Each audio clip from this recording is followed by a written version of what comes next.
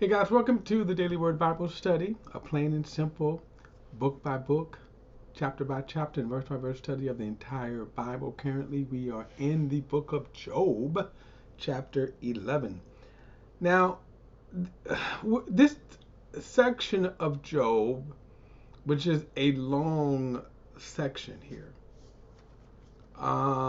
is just a back and forth, which is bizarre because it, even if you don't have the benefit of chapters 1 and 2, we do. In other words, we can look at, we know what happened. We know exactly why Job is, what has happened to Job and why. Now, his friends don't know, right? In other words, they're on the physical, and just like all of us would be with any body that would suffer tragedy. A friend of mine just suffered again horrific tragedy in his life, and again, so that's from the physical. I just hear the news and go, oh wow, it's just horrible. But the human response is what's even worse with them. They start off sympathizing with Job, and then they become very bothered, right, by Job's basically saying, I don't know what happened to me. What did I do wrong? But they're taking great exception to this, and so they're just we're seeing this back and forth that they're hammering Job on his response that he, that and that's so. This is I think there's some lessons for us here. Mainly, if you don't know, then shut up. Don't interject. You think is, you know, why something may be, because they just are going. They're going, and the lack of sympathy that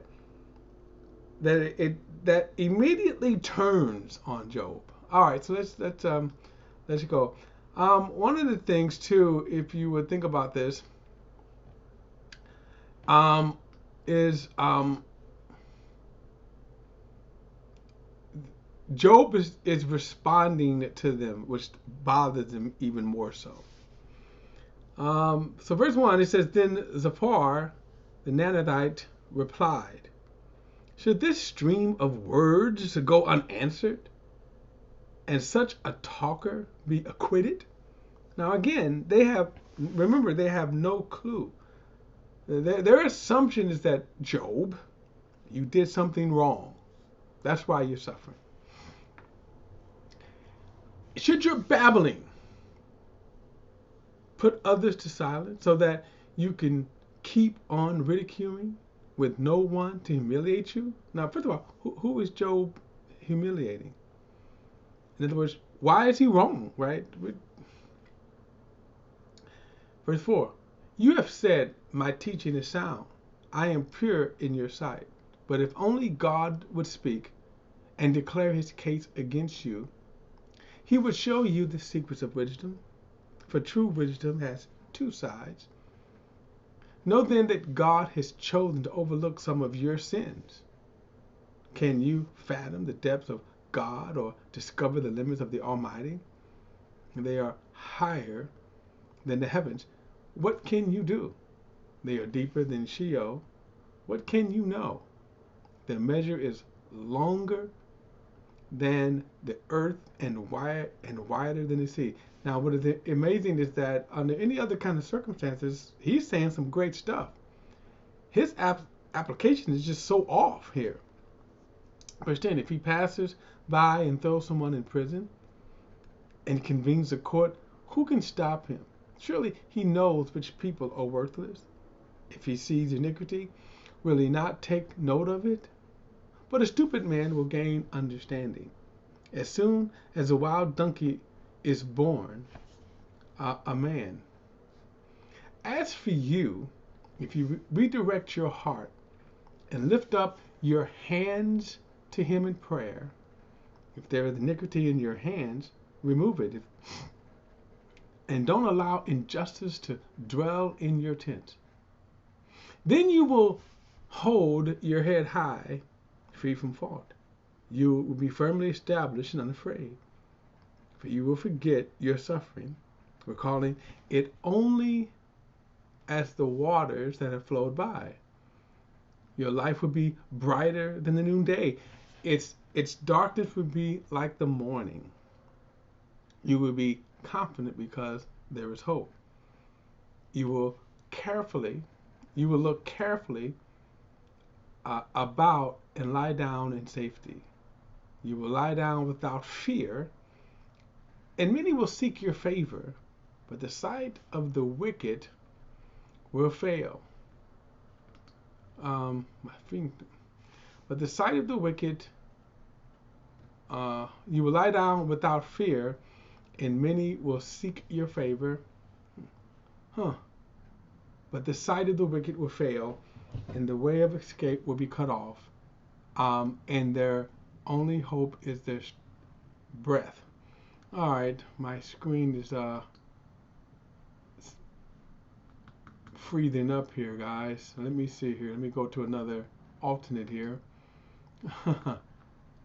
Alrighty. Okay, I want to go to. Let me just do this. Let me go to.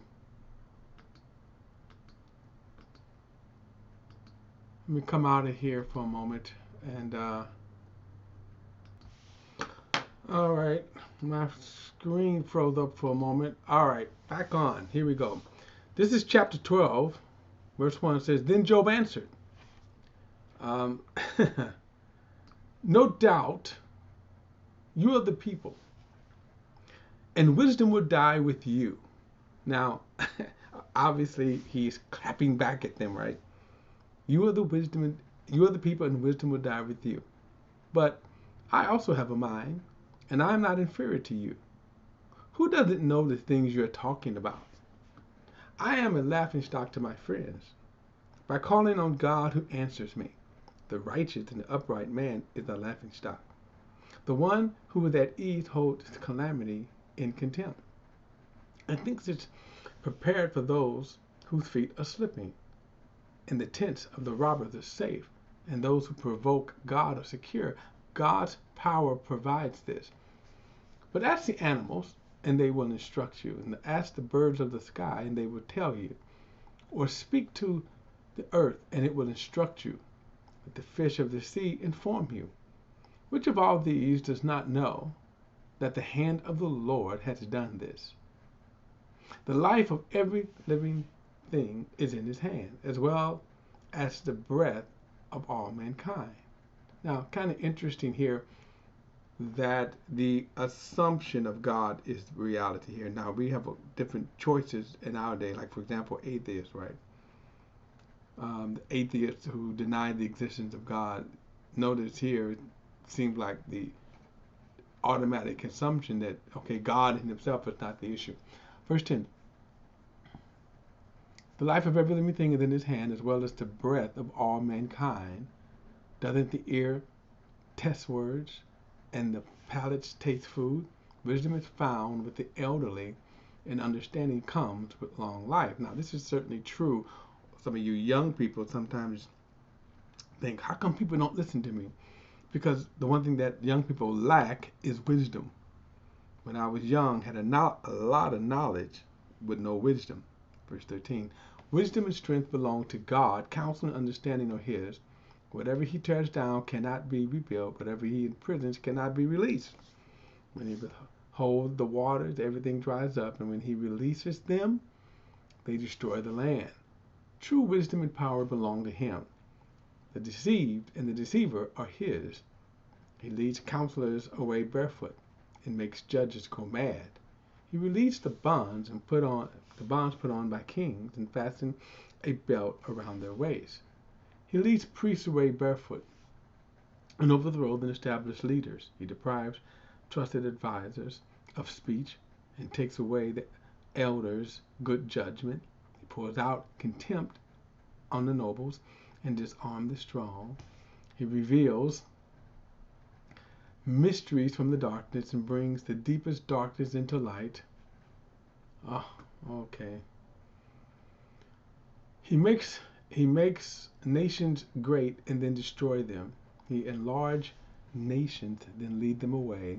He deprives the world leaders of reason and make them wander in trackless wastelands. They grope around in the darkness without light.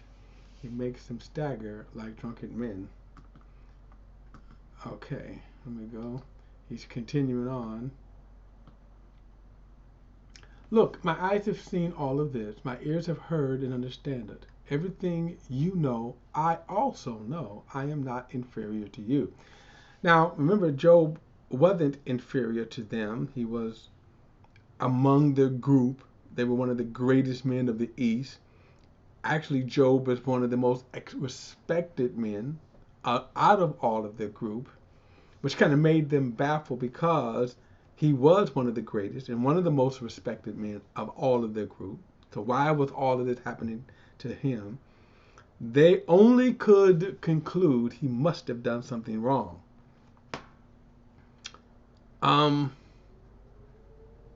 Verse 3, yet I prepared to speak to the Almighty and argue my case before God. But you coat the truth with lies. You are worthless doctors. If only you would shut up and let that be your wisdom. Like, wow, right? Hear now my argument and listen to my defense. Will you testify unjustly on God's behalf or speak deceitfully for him? Would you show partiality to him or argue the case in his defense? Would it go well if he examined you? By the way, he will. Sidebar, it's coming up. Would it go well if he examined you? Could you deceive him as you would deceive a man? Surely he would rebuke you if you secretly show partiality. Would God's majesty not terrify you? Would his dread not fall on you? Your memorable sayings are proverbs of ashes. Your defenses are made of clay. Be quiet and I will speak. Let whatever comes happen to me. Why do I put myself at risk and take my life in my own hands? Even if he kills me, I will hope in him. I will still defend my ways before him. Now, these kind of statements here, I will defend my ways before him. God will later bring this back and say, okay, let's see if you can do this, right? You're gonna justify yourself and condemn me. This is going to come back to harm him. Verse 16. Yes, this would result in my deliverance, for no godless person can appear before him. Now, kind of interesting, this statement here, for no godless person can appear before him. We know but from chapters 1 and 2, Satan appeared before him. Verse 17, pay close attention to my words. Let my declaration ring in your ears. Now then, I have prepared my case. I know that I am right. Like I say, this is going to come back and haunt him. Can anyone indict me? If so, I will be silent and die. So on the one hand, remember he's kind of right, but like I say, he's kind of itching towards that level there where, okay, where you're going to cross over to say, even though you may say, I'm right in that I didn't deserve this, where he's not right is God can do what he will with any of us as he pleases, since we're his creation. Only grant these two things to me, God, so that I will not have to hide from your presence. Remove your hands from me, and do not let your terror frighten me.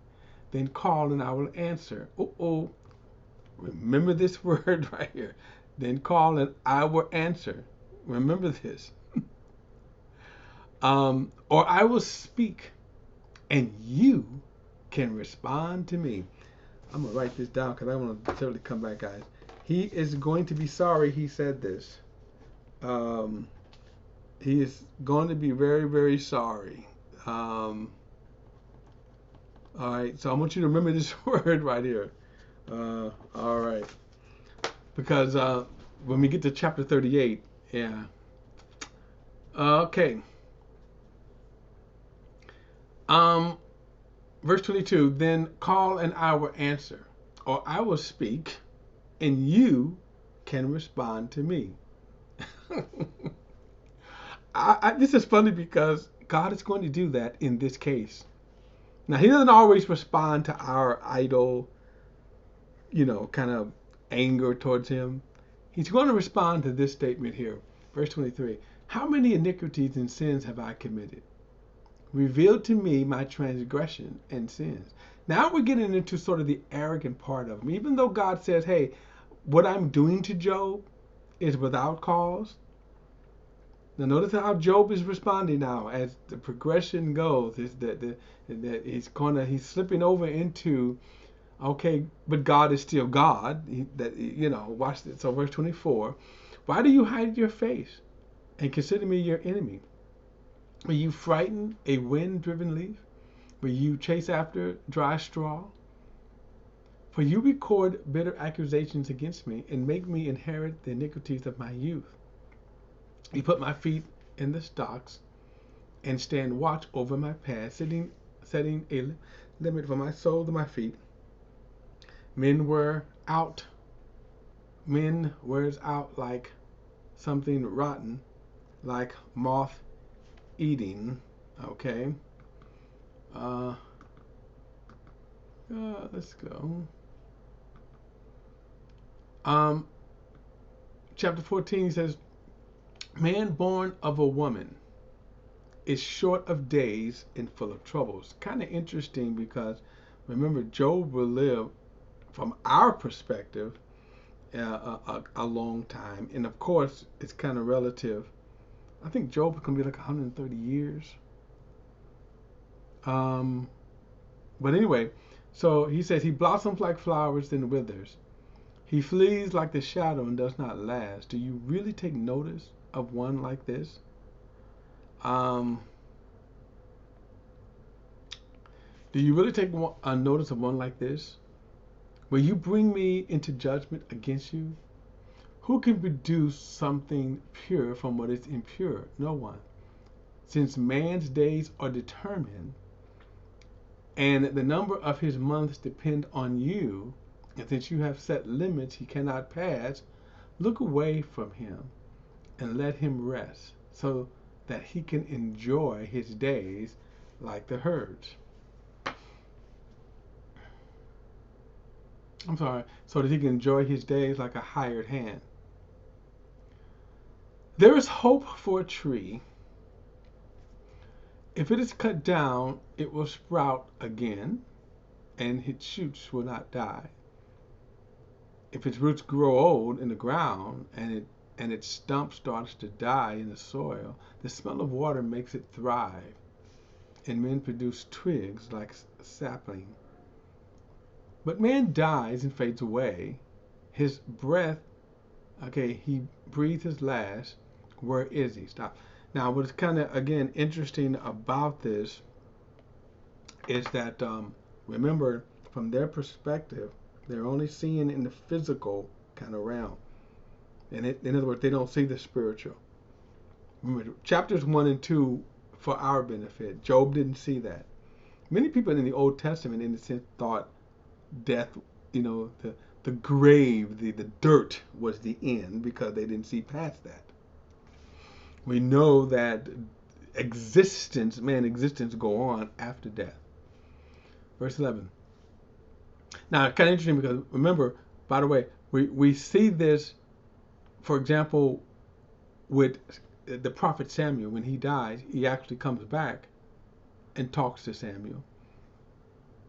In the Mount of Transfiguration, we see Moses and Elijah, who actually comes back. Moses had been dead almost some 1,500 years, Elijah some 800 years, and yet they come back and they're talking with Jesus. In other words, man goes on. Verse 10. But man dies and fades away. He breathes his last. Where is he? As water disappears from the sea, a river becomes parched and dry. So man lies down and never to rise again. They will not wake up until the heavens are no more. They will not stir from their sleep. If only you will hide me in Sheol and conceal me until your anger passes. If only you will appoint a time for me and then remember me. When a man dies, will he come back to life? Interesting question that Job is answering. The answer is yes. In other words, his existence never ceased. Only his physical body, man's spirit and soul, is separated from his physical body at death. But of course, then there is also the revelation that is yet to come from Job's perspective of the resurrection. And the word resurrection means body stand. Whenever you see the term resurrection, not being raised from the dead. Lazarus was raised from the dead, but the term resurrection has to do with this body, your body. Verse 14 again, when a man dies, will he come back to life? If so, I will wait all the days of my struggle until my relief come. You would call, and I would answer you. You would long for the works of your hands. Like I said, remember this phrase right here. Remember that God is going to throw that back in his face. Verse 16, for then you will count my steps, but will not take note of my sin. My rebellion would be sealed up in a bag, and you would never cover my iniquity. But as the mountain collapses and crumbles, and the rocks is dislodged from its place, as water wears away stone, and torrents wash away the soil from the land, so you destroy man's hope. You completely overpower him, and he passes on. You change his appearance and send him away. If his sons receive honor, he doesn't know it. If they become insignificant, he is unaware of it. He feels only the pain of his own body and mourns only for himself. Again, very interesting dialogue. Okay, very interesting dialogue. And like I say, those words are going to come back to haunt Job. Okay, guys, don't forget to like and share this video and subscribe to BP, the Bible Perspective. As always, if you have a thought or comment, add it to the comments section below. All comments are welcome. Don't forget to hit that subscribe button. See you next time.